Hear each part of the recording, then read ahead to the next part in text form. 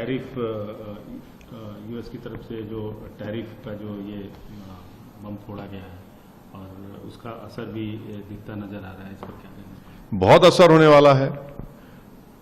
50% हमारे एक्सपोर्ट्स पर असर पड़ने वाला है।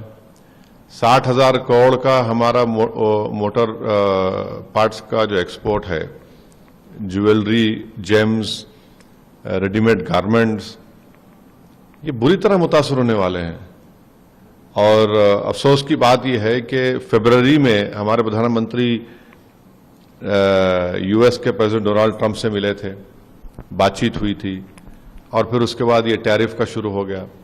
और फिर उसके बाद हमको वो लोग इल्ज़ाम लगा रहे हैं, यूक्रेन क्या हम पर इल्ज़ाम लगा रहे हैं। और फिर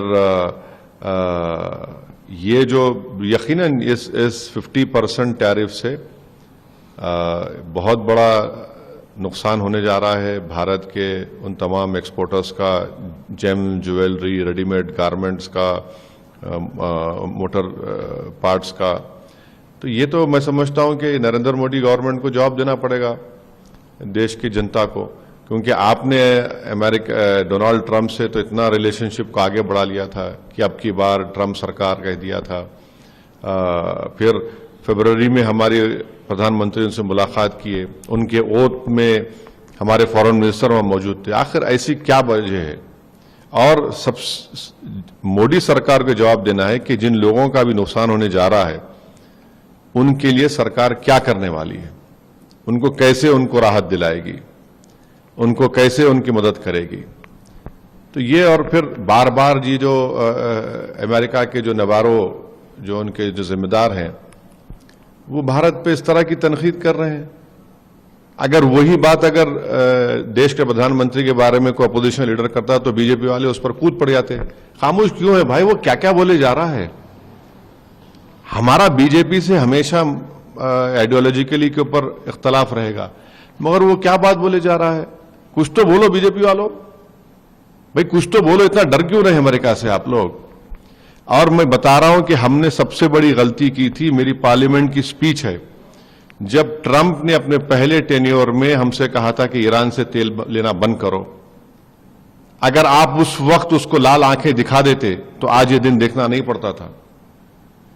और हमको ईरान ऑयल बेच रहा था कम पैसों में, और बेहतरीन ऑयल है उनका, क्रूड ऑयल।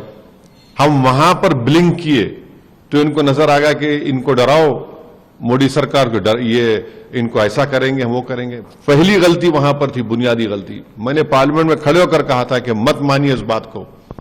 अब ये देखिए क्या क्या बोले जा रहे हैं, किस तरह की जबान वो नवारो इस्तेमाल कर रहा है। तो बीजेपी के स्पोक्स पर्सन को बजाय अपोजिशन पर ताने मारने के, आप बताइए देश को क्या हो रहा है। ये मत बोलिए कि नरेंद्र मोदी ने भाषण दे दिया कि मैं अपना पर्सनल लॉस करूंगा और उस पर कुछ होने नहीं दूंगा। पर्सनल लॉस नरेंद्र मोदी का नहीं है, पर्सनल लॉस किसका हो रहा है यहां पर, वो देख लीजिए आप।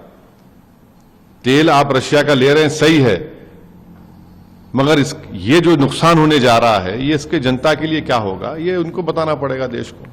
Sir, what's your view?